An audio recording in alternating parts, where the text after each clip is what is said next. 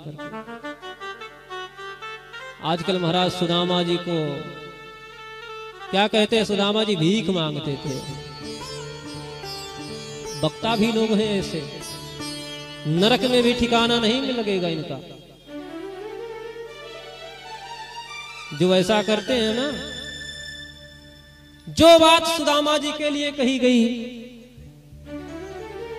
भगवान सुखदेव कहते हैं, व्यास जी कह रहे हैं कि विरक्त वो कैसे थे तो गृहस्थ, लेकिन विरक्त बोले उन्हें। विरक्त का अर्थ यहाँ क्या है?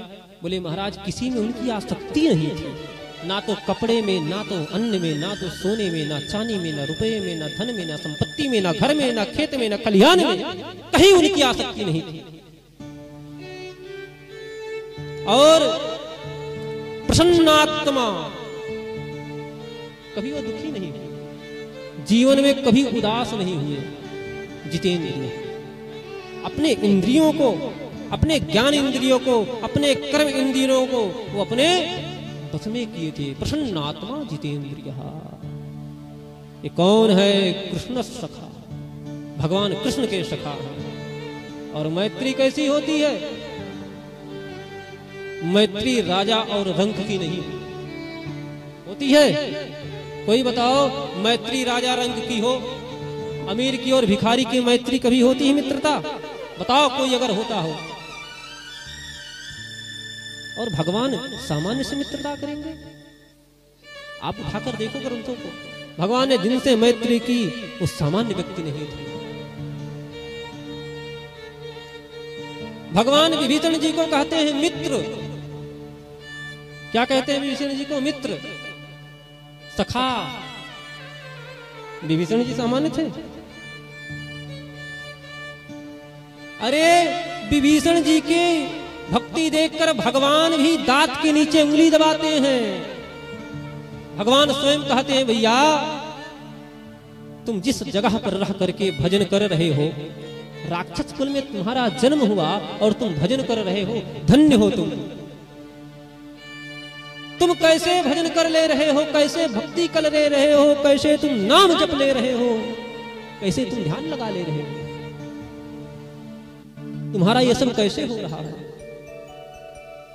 तुम जहां हो ठीक हो। सखा धर्म निवही, हे मित्र तुम्हारा ये धर्म किस प्रकार से निर्वाह हो रहा है? भगवान ने निषाद राज से मैत्री की। निषाद राज सामान्य है भैया। भगवान के भक्त कितने प्रकार के होते हैं? 4 प्रकार। 4 प्रकार के भक्त होते हैं भगवान के। और कोई भी भक्त जो है सामान्य नहीं है। कौन कौन भक्त होते हैं? विषयी साधक सिद्ध सयाने, विषयी साधक सिद्ध सयाने। कितने? 4 विषयी। विषयी भक्त कौन?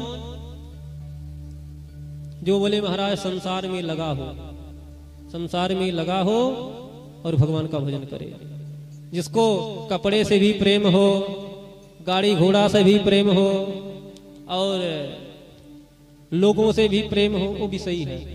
भजन करता है वो भी, लेकिन वो विषयी है।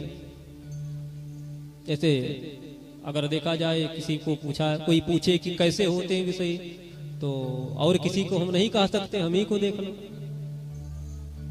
भाई भगवान का नाम जप ले रहे हैं, लेकिन अच्छे कपड़े पहनने की इच्छा रहती है, बढ़िया कपड़ा पहन लिया जाए। हाँ भाई, जो सत्य है उसे बोलना चाहिए।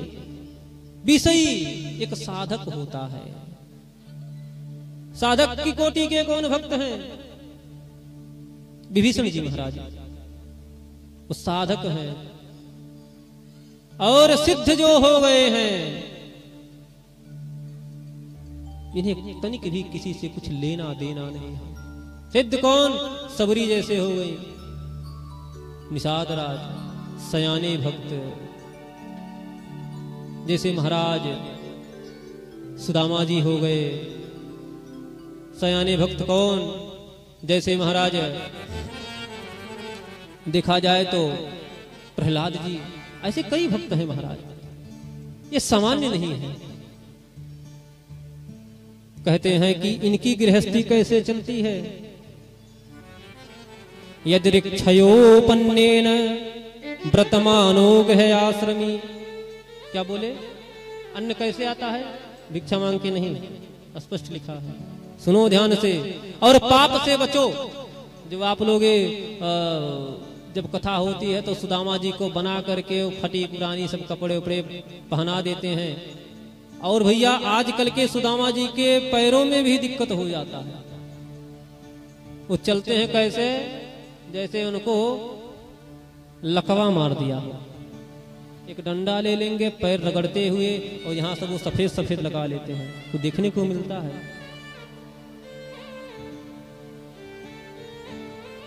शरीर में सब वो नौटंकी दुनिया भर का कर लेते हैं।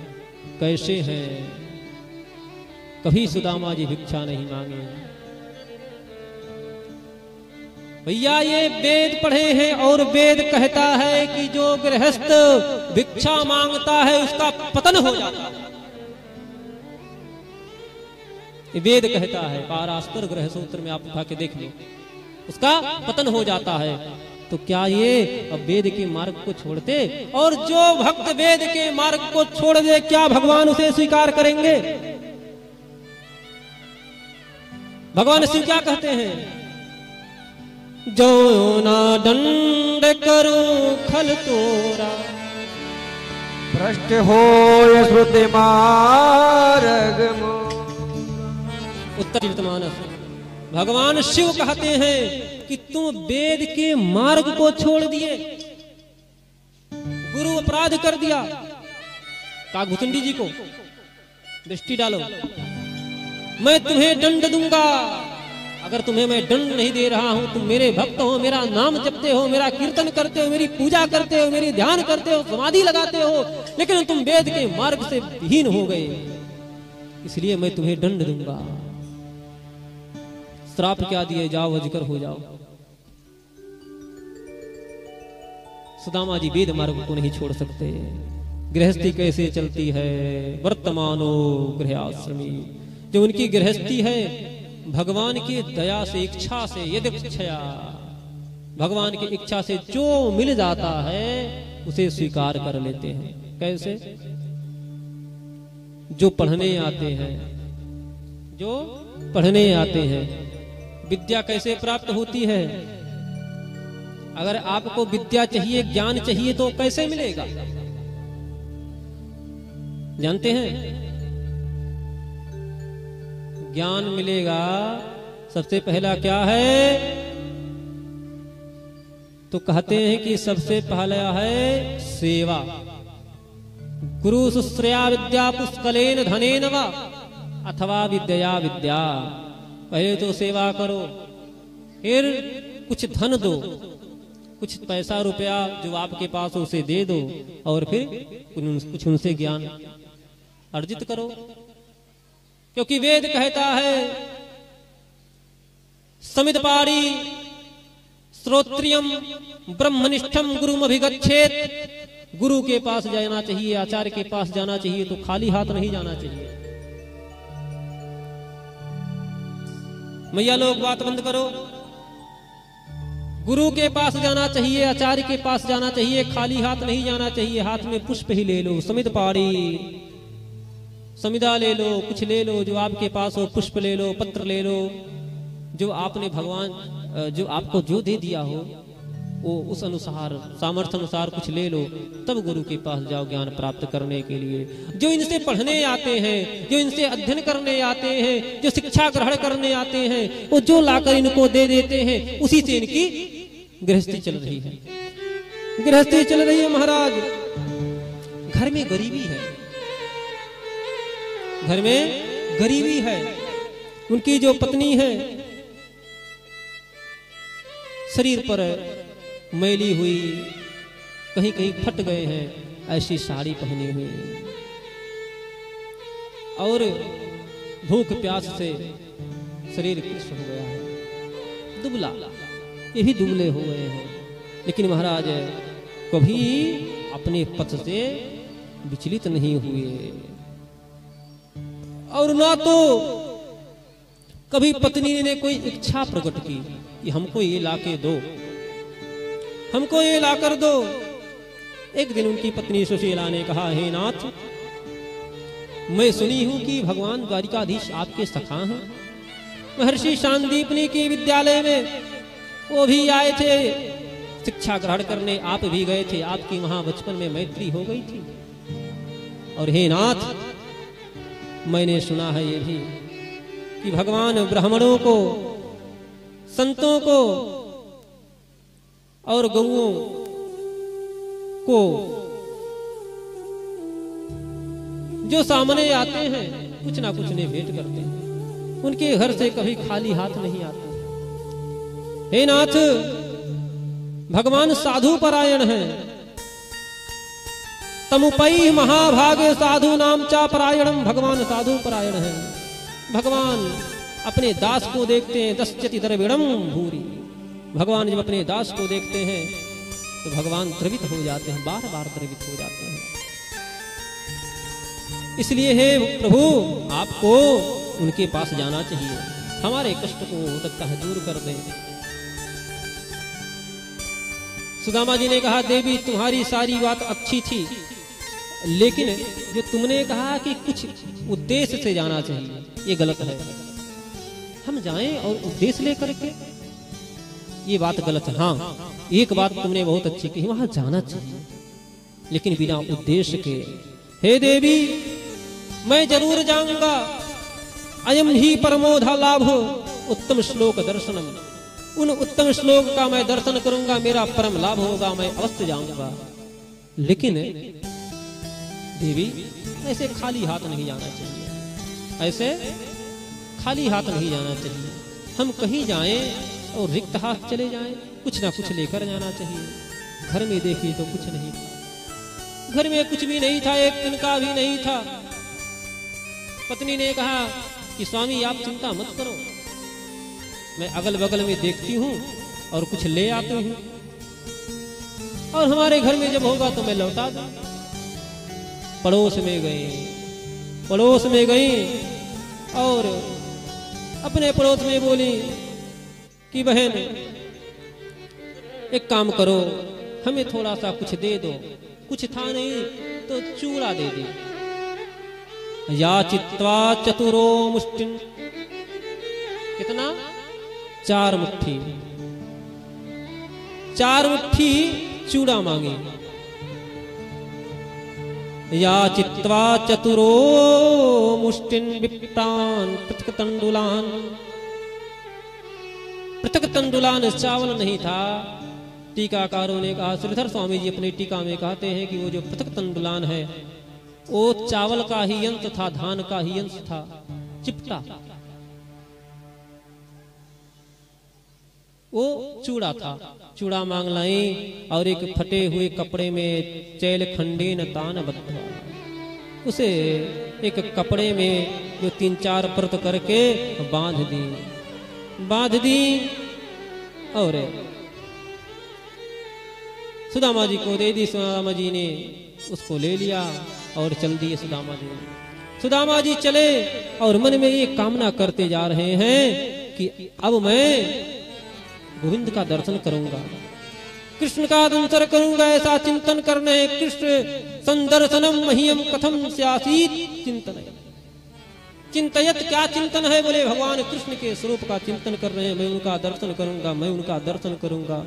इसी प्रकार कामना करते हुए सुदामा जी बढ़ते जा रहे हैं। चली श्याम सुंदर से मिलने सुदामा, चली श्याम सुंदर से मिलने सुदामा, चली श्याम सुंदर से मिलने सुदामा, चले श्याम सुंदर से मिलने सुदामा।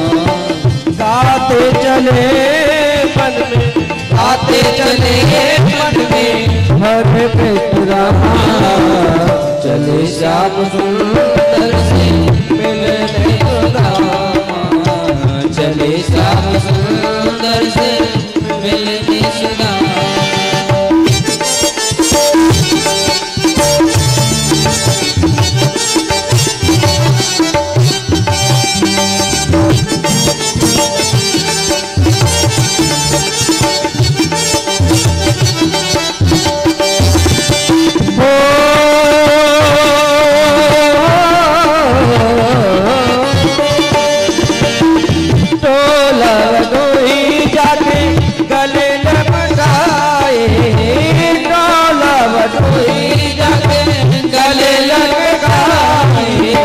चावलों की पोटली बगल में दबाए, चावलों की पोटली बगल में दबाए, पहुँचे जाए पति वर के दामाद, चले श्याम सुंदर से मिलने सुदामा, चले श्याम सुंदर से मिलने सुदामा। गाते चले मन में, गाते चले मन में हरे बिगड़ा, चले श्याम सुंदर से मिलने सुदामा, चले श्याम सुंदर से मिलने सुदामा, चले श्याम सुंदर से मिलने सुदामा, चले श्याम सुंदर से मिलने सुदामा। थी पार किए, 3 ड्योढ़ी पार किए, 3 प्रकार की सेना खड़ी थी भगवान की, उसको पार किए और साधु महात्मा ब्राह्मण भगवान से मिलने जा रहे थे, उसी लाइन में लग गए। भगवान अपने अंतःपुर में बैठे थे, अपने पलंग पर बैठे थे, पलंग पर बैठे थे भगवान। जब भगवान की दृष्टि पड़ी सुदामा जी के ऊपर, भगवान अपने पलंग से खड़े हो गए। सिंहासन पर नहीं बैठे थे, अपने अंतःपुर में बैठे थे पलंग पर, सिंहासन से नहीं थे भगवान, अपने अंतःपुर में पलंग पर बैठे थे, खड़े हो गए और सुदामा जी को देखकर दौड़ पड़े, नेत्र में अश्रु भर लिए, नेत्र में अश्रु भर लिए, प्रेम के अश्रु आंखों में आ गए। सुदामा जी को हृदय से लगा करके और भगवान ने अपने उसी पलंग पर, अपने बेड पर भगवान सुदामा जी को बिठाए, सुदामा जी को बिठाए। नारायण भगवान ने उनके चरण धोए, चरण धोए, पादो पाद यवजेननी, भगवान ने सुदामा जी के चरण धोए और वो जो चरण था, धुला हुआ जल, चरण धोया हुआ जो जल था, भगवान ने उसे अपने मस्तक पर छींट लिया। सब लिखा है, भगवान ने उस चरण के जल को मस्तक पर छींट लिया।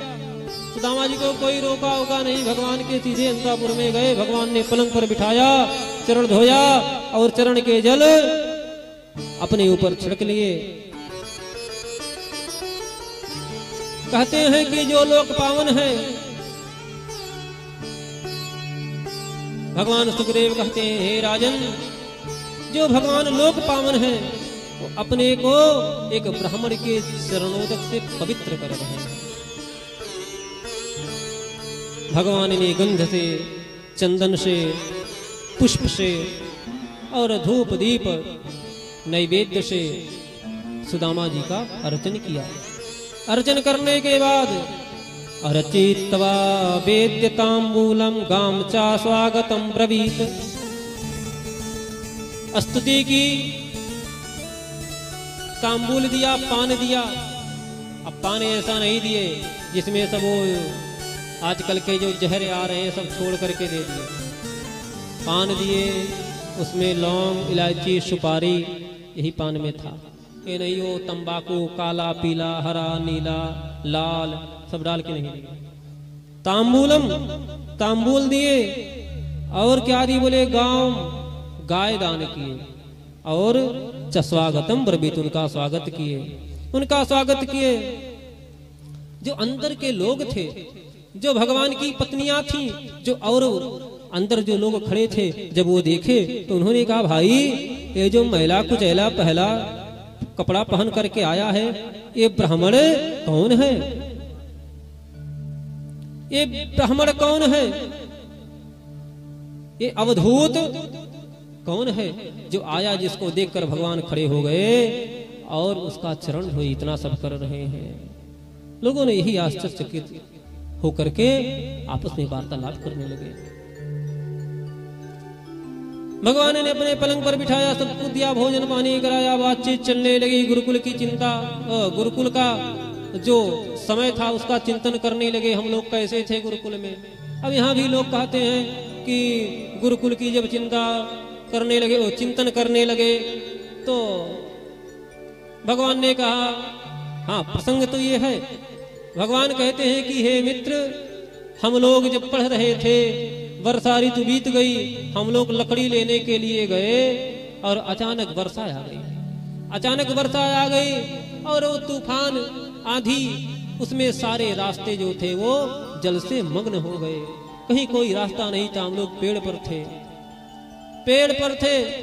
जब वर्षा समाप्त हुई तो हमारे गुरुदेव हमको बुलाते हुए हम दोनों को त्वरित गति से, तीव्र गति से हम लोगों को ढूंढ रहे थे। अब लोग कहते हैं कि इस पेड़ पर जब चढ़े तो सुदामा जी भगवान के हिस्से का चना खा गए। कहते हैं ना, वो एक गाना चला था, कौन सा गाना?